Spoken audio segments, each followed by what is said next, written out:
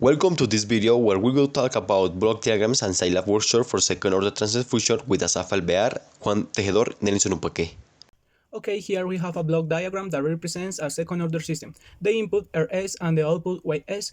First, we apply the block reduction properties. Two integrators in cascade, each represented by one S, give us a dynamic second-order system. Next, we notice for forward path includes of a gain of omega square n. This constant, the natural frequency squared, multiplies the input signal before passing through the integrators. Finally, using the feedback property, we close the loop. The result is a standard transfer function and the second order system without damping.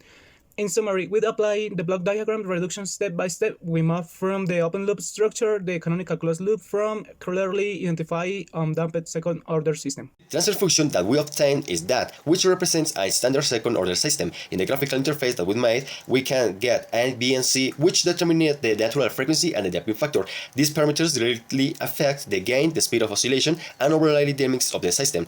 The interface includes predefined damping radius, negative, 0, and positives. This time response graph shows how each value changes the output. When it's negative zeta, this produces an unstable growth. When it's 0, gives sustained oscillations. When it's between 0 and 1, shows underpayment oscillations that decay. And when it's 1, is critically dampened with fast selling. And when it's more than 1, it is overdamped with slow but stable convergence. The pole map complements this view by locating the poles of the transfer function that we obtain in the complex plane.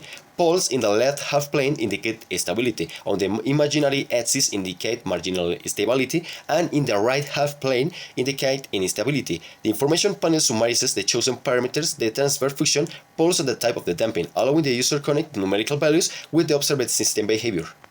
Okay, when the damping factor is greater than 0, the term adds a positive real component to the denominator, which forces the poles to the left half on the complex plane. This introduces exponential terms with negative real parts in the time response, meaning oscillation or trances decay to 0, and the system is stable. When is equals to 0, the damping terms, the ciphers, and the poles lie on the imaginary axis. In this case, the system has purely imaginary poles producing sinusoidal components that not decay and do not grow. So the response oscillates indefinitely, which is why it is called marginally stable. When it is less than 0, the damping terms becomes negative and shifts the poles into the right half plane.